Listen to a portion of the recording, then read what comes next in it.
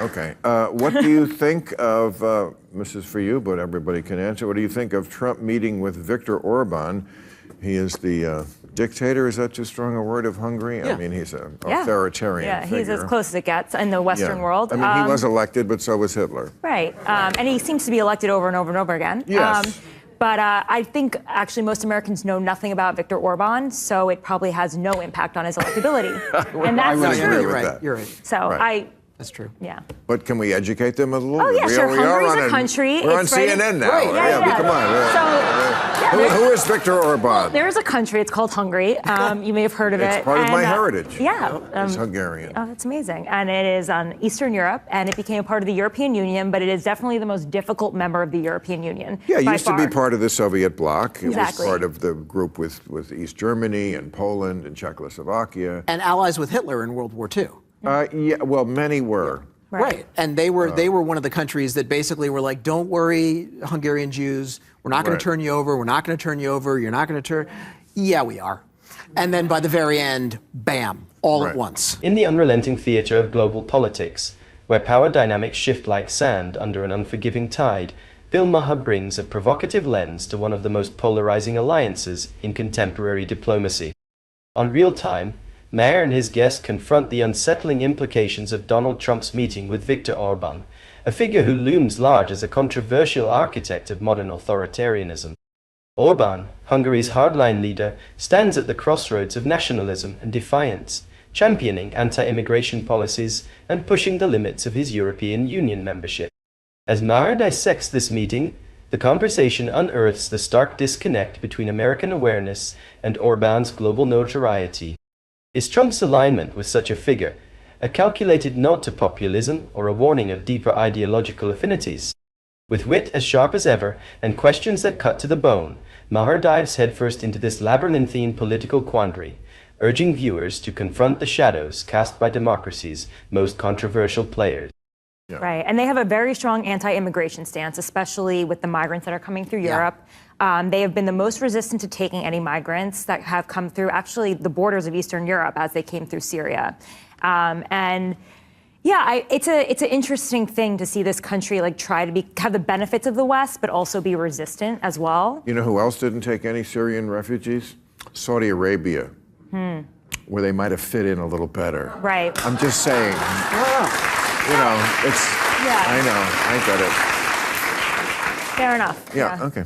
Donald Trump's decision to meet with Hungarian Prime Minister Viktor Orban is a strategic and controversial move, emblematic of the complex interplay between populist politics and authoritarian tendencies in global leadership. Orban, often described as an authoritarian figure, has cemented his reputation through stringent anti-immigration policies and his uneasy relationship with the European Union, frequently clashing with its democratic norms and values. For Trump, the alignment with Orban can be seen as a deliberate nod to a shared ideological playbook, nationalism, sovereignty, and an anti-globalist ethos.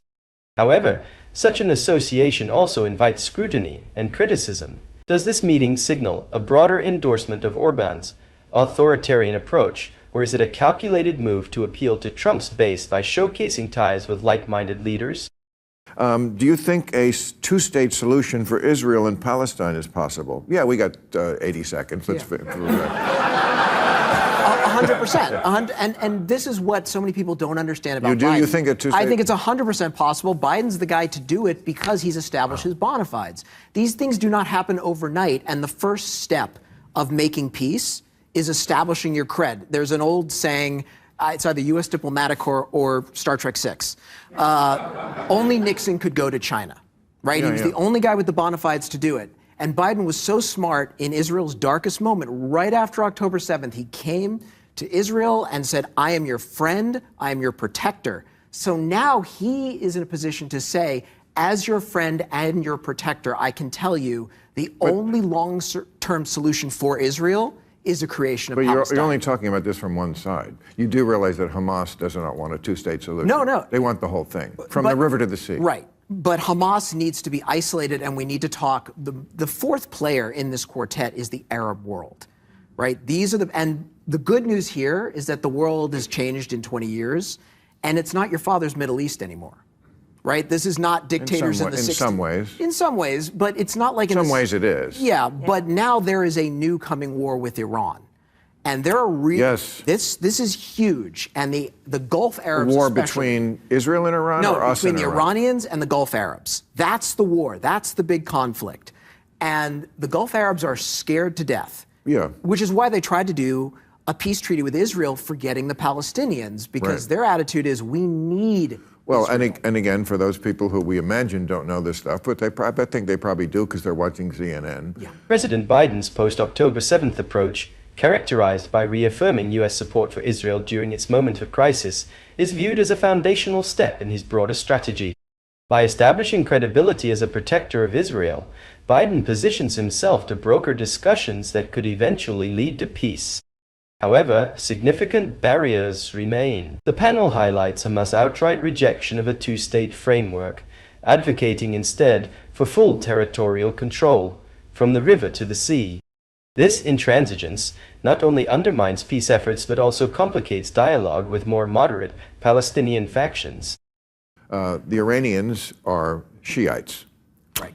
And the Gulf Arabs, most of the Arab world is Sunni. Yeah. Okay, that's I think 85%. But the Shiites are very strong. And the Iranians have proxies in almost every country that is surrounding Israel. They have the Houthis, that's in Yemen, that's to the south.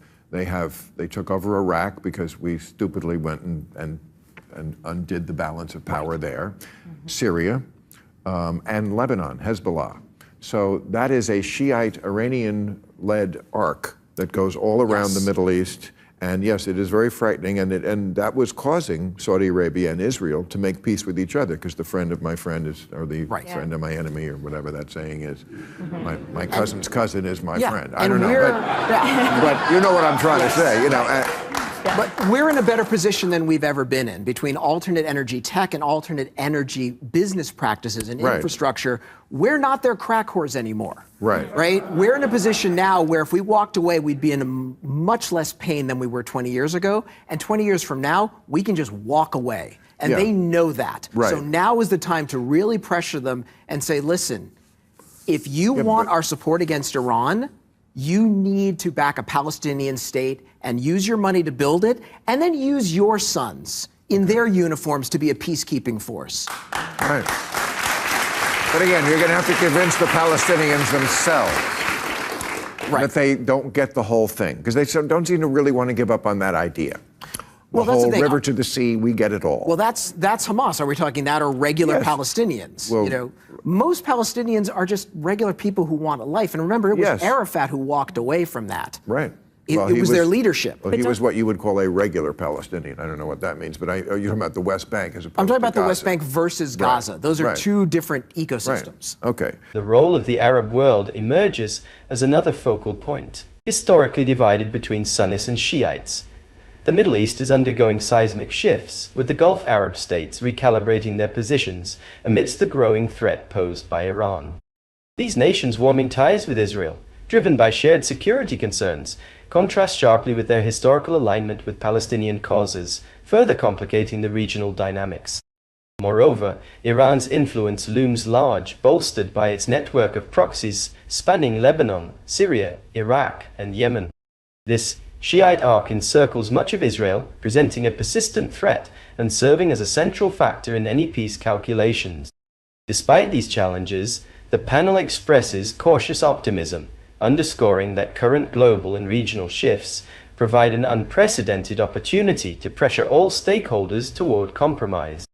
As alliances evolve and the U.S. strengthens its position as a diplomatic mediator, the two-state solution remains both a beacon of hope and a daunting diplomatic endeavor. Thank you for joining us on this deep dive into the critical discussions from real time with Bill Maher. If you found this analysis insightful and thought-provoking, make sure to give this video a thumbs up and share it with your friends. Don't forget to hit the subscribe button and turn on the notification bell so you never miss out on our latest content. Your support helps us continue bringing you meaningful analysis and engaging discussions.